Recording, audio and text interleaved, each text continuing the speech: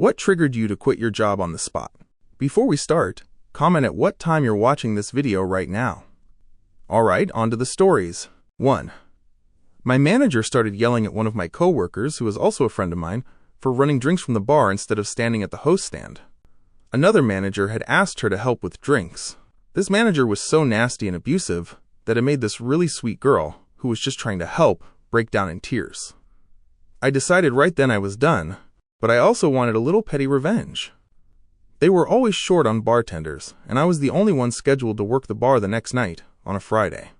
I showed up 20 minutes before my shift, and told that manager I was done working there, starting immediately, because of how she treats her employees. 2. I asked my boss if she could give me an actual schedule instead of expecting me to be on call from 6 in the morning until 10 at night, Monday through Sunday. She acted like I was asking for 6 months of paid vacation, then said no. I never showed up again. 3. I told my boss I was having a miscarriage and needed to go to the hospital. She told me I had to wait until my shift was over. I worked as a receptionist at a real estate office. I walked out and never went back. Reply: this happened to a friend of mine too. Not a miscarriage, thankfully, but she went into labor a week early. As she was leaving, the owner asked if she could hold it in for a few more days. 4. I worked in a call center selling phones and phone plans. I was actually really good at it, but after about a year I was completely burned out. It was a summer day, and my friends were out day drinking less than 500 meters away. After lunch, the boss pulled us all into a meeting. He started calling me out in front of everyone for not making enough calls, not staying on the phone long enough, and not selling enough. He finished by saying, "Do you even want to be here?" And honestly, something just clicked in my head. I told him no, I didn't. I grabbed my jacket and walked out. Easily the best mic drop moment of my life. My coworkers called me later and said he just stood there completely shocked. I went and joined my friends for day drinking instead. Best day ever. 5.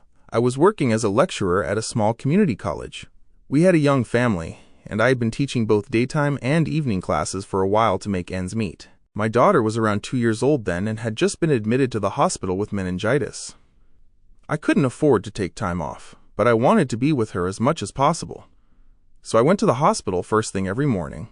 My classes were pushed back 30 minutes later than usual, and my lunch break was cut in half to make up the time. I also went back to the hospital in the afternoon, which meant my evening classes started later and ended later than normal. All of my students were told what was going on, and they were understanding. They always asked how she was doing. About 4 days into this, my boss called me into his office and told me to get my priorities in order. Let's just say if he hadn't been as quick as he was, I probably would have been arrested for assault. I quit right then and there, but I still finished out the semester with my students. Fruck my boss, but my students didn't deserve to be abandoned with no backup. 6. Retail. 2 weeks before Christmas. I live somewhere with heavy snow, and at the time I took the bus to work. The roads were awful, and the buses were running late. My phone was dead because the battery barely held a charge anymore, and I couldn't afford a new one. I ran in as fast as I could, apologized over and over, and explained everything. My boss completely tore into me. Fine, whatever. I shook it off and got out on the sales floor right away. I picked up every drop shift at that job. I was only part-time and really needed the money. I was always the one who could be counted on to come in last minute. I was never late and never missed a shift. Not once. This was the first time. I saw her pull out the schedule binder, which reminded me that I had a doctor's appointment the next week. I told her the day and time. She asked what the appointment was for. I paused, because that's a weird thing to ask and also illegal where I live. I told her it was none of her business and that she wasn't allowed to ask that. She said if I was going to screw her over at Christmas, then it was her business. That was it. I walked to the back, grabbed my stuff, and walked right out saying, "Now you're screwed," and flipped her off. I really needed that job and the money, but I didn't need to be treated like that. Not long after, that manager got fired. The new manager called me and asked me to come back, and I did. 7. I had a miserable job at a hotel that shut down, so I got transferred to a nearby convenience store right before and during COVID. I was really good at the job. One manager who left before I did said the only way they ever leave is on their own, about me, basically saying I was so solid that firing me was never going to happen. And that turned out to be true. The place had awful turnover, but things finally stabilized for about a year after they hired this new person.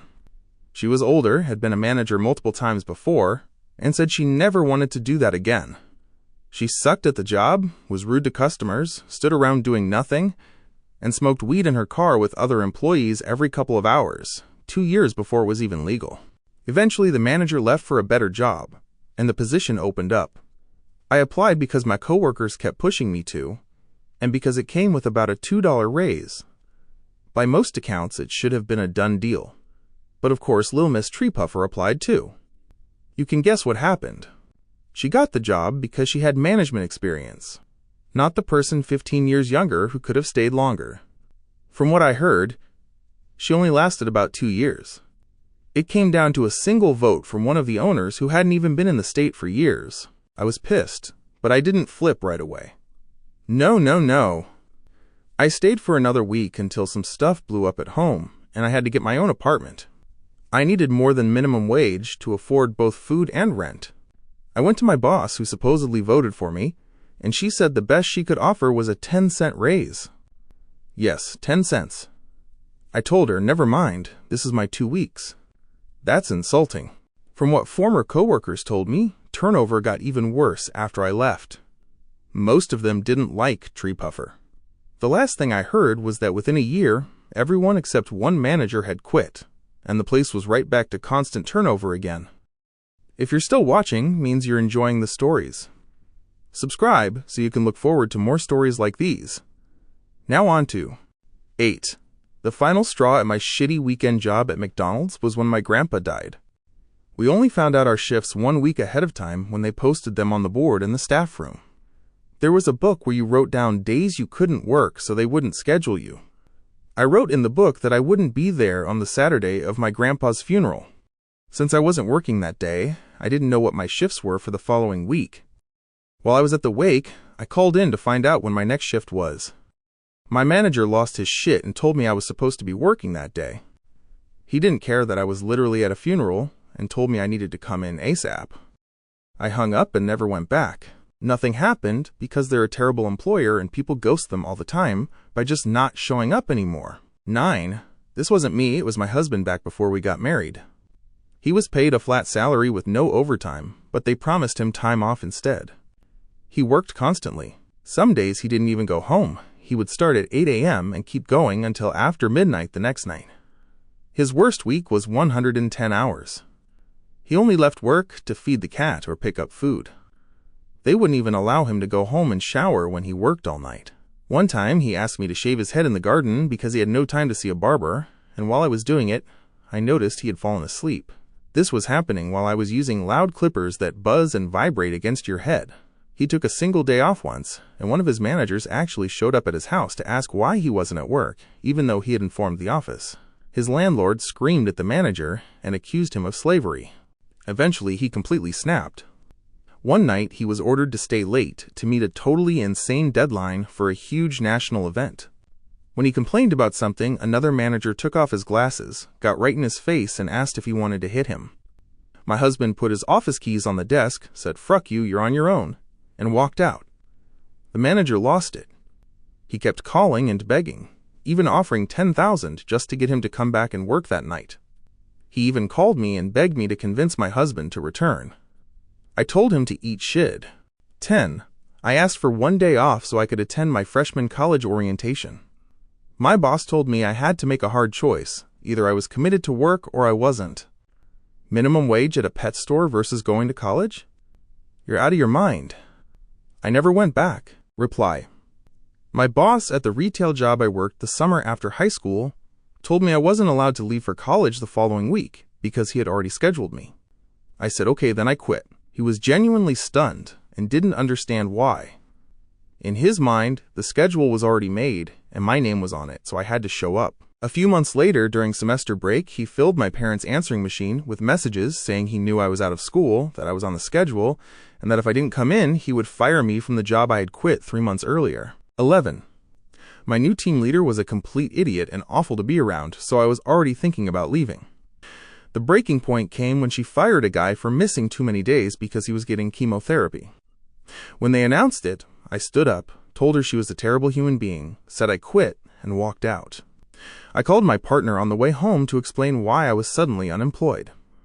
This was a long time ago, and everything worked out eventually. Last I heard, the guy was still healthy, so at least that part ended well. Reply: I once had a team leader who was mad that I wouldn't come in while I had county and vid, even though I shared a desk with someone who had leukemia. I didn't quit over that, I just refused to come in. I did quit later when she clearly had a problem with me after I returned. With a minute and a half left in the shift, she went off on me for wearing my coat. She walked past several other people in coats just to yell at me. We couldn't even work for the last 10 minutes because all the machines were shut down. We weren't wasting time, we were just forced to stand there instead of grabbing our stuff and leaving on time. I won't work for someone who singles me out. I can always find another job without a bully in charge. Her boss really stole the moment at a staff party, though, when she proudly announced she'd heard people calling her Hitler. That is not a compliment, Sandra. That place was frucked. 12. I took a week off, and the company brought in someone else to run my 25-ton excavator. When I came back, my crew told me the guy had no idea what he was doing and nearly killed someone. When they questioned him, he admitted he barely had any experience. Despite my 20 years in the job, he was being paid more than me. I called my boss to ask why. They told me they couldn't increase my pay, so I shut down the machine and went home. It took them 4 months and several different operators to finally replace me. A few weeks later, the new guy hit a fiber optic cable, which caused a massive fine and shut the job down for weeks. They ended up over budget and behind schedule, but at least they felt good about standing their ground with me. 13. I worked at a Canadian franchise when I was a teenager. Managers used to let employees take a bagel or sandwich after a shift. One day the boss lost it and said that was no longer allowed. Fair enough. The next time I grabbed a bagel, I offered to pay, but the manager had already closed out the register and told me, "Fruck it, just take it." I was caught on camera holding money out to him. The following day the boss came in, singled me out even though everyone did the same thing, and started screaming in my face, inches away, throwing insults. I explained what happened and asked if he really thought I needed to steal $2. He said he trusted his manager more than me. I told him to go ask the manager right then. The manager lied straight to his face and said he never approved it. I quit on the spot, mid-shift. See ya. 14. I worked nights at a call center for a shitty dial-up internet company around 2008 to help supplement my intern pay, which was garbage. The company had extremely shady cancellation policies. Customers had to jump through endless hoops, and canceling was almost impossible. After about 2 weeks, I got a call from a woman whose elderly father had tried and failed to cancel months earlier. He had racked up ridiculous charges and ended up in collections. She was incredibly kind and nearly crying, because they couldn't afford it. I quit immediately. I called the manager a greasy piece of shit, walked out, then called the woman back from my personal phone, apologized, and explained how she could get out of paying it. Reply: I had something similar happen when I was around 19, and I was actually doing really well at the job. I wasn't monitored very often. Then I had a call with an older woman that completely broke me and made me realize the paycheck wasn't worth what it was doing to me. So I started helping people instead. I walked them through canceling their shitty Comcast service. My numbers dropped hard, but it took about 2 weeks before enough data showed up for them to monitor me closely. They went back through my calls and frog marched me out. I managed to help around 65 people cancel a predatory bullshit contract before anyone noticed. That felt fair to me. 15. A new restaurant owner forced the kitchen to stay open after the fume hood broke on a brutally hot summer night. We barely made it through half the dinner rush before the chef had to be rushed to the hospital. My manager told me she completely understood when I quit. I don't think she was able to quit herself, but it was obvious she wanted to. It was clear the new owner bought the place with no intention of putting any more money into it. He drained every cent out of the restaurant and shut it down 6 months after the hood disaster. It's a real shame, because the place was packed before he took over. I like to think he overpaid, and treating his staff like rodents ended up ruining him. 16. I worked for the city of Manhattan Beach, sweeping the Strand from El Porto down to Hermosa Beach. There were 4 of us on the crew, plus a supervisor, a woman whose name I can't remember now. She wasn't the issue. Her boss was. He micromanaged us every single day. No matter what we did, it was wrong. What the fuck was wrong with us? What a bunch of loser a-holes. How a loser city could even hire frickin' bitches like us. Non-stop garbage like that. One day I finally hit my limit and said, "This is bullshit. I'm quitting." My friend Dan immediately said, "You can't quit unless I quit." His brother Rob jumped in and said the same. Then Tom goes, "Well, fuck, if you're all quitting, I'm quitting too." Our supervisor looked at us and said, "Hey, you can't all just quit like this." "Oh wait, you actually can. Fuck it. I'm going back to college in 3 weeks anyway. Let's go." We all got into the maintenance truck, drove to the city building, and quit together. True to form, the so-called manager laughed and said, "I'll have a new crew by Monday." Later we heard he got fired, which was satisfying, but none of us were going back anyway because it was a shit job. LOL. 17. I was working at a bar and pizza place where the kitchen normally ran with 2 people. That day the other guy called out, so I was alone, and my boss said she would help. Instead, the place got insanely busy. 2 massive families came in, there was a birthday party in another section, and bar orders kept piling up. Her idea of helping was walking through the kitchen occasionally and telling me what she thought I should be doing first. That annoyed me all day. The breaking point was when she came back to tell me another big group had arrived and there were no clean tables, which was also my job. I looked her straight in the eyes, untied my apron, dropped it on the floor, and walked out without saying a word. 18. My autistic nonverbal client was getting more and more aggressive because her dipshit dad kept demanding that her direct support workers, 2 other women and me, take her out for 10 hours a day. Some people just want to relax at home, and she was no different. One day she completely lost it and grabbed me by the hair in the middle of JCPenney and started dragging me around. A stranger had to step in and help calm her down and pull her off me. At that point I was already 2 months behind on pay, and her dad kept saying the money was coming. I wasn't about to get beaten at work for free. I drove her arse home, left her with her brother since her dad was away at a conference, and quit. I told the next shift worker what happened, and she quit in solidarity. 19. Most people would say never go back, but I did something very similar and stayed for 3 months on my terms, and it worked out for both sides. I rage quit because they refused to approve my leave. They sat on it for weeks and then just said no. I told them I wasn't asking permission to take leave, I was asking if they wanted me to return afterward. They denied it again, so the next day I handed in my notice. Everyone looked shocked. They never hired a replacement, and things started falling apart. A week later they called asking if I would come back. I agreed to return for 3 months at triple my pay to train someone. The week before I left, they still hadn't hired anyone, so I told them not to bother calling me again. Later I found out they thought my 3-month limit was a bluff, which is why they never hired anyone. The company was crap, and for me those 3 months were just a temporary stop while I lined up other plans.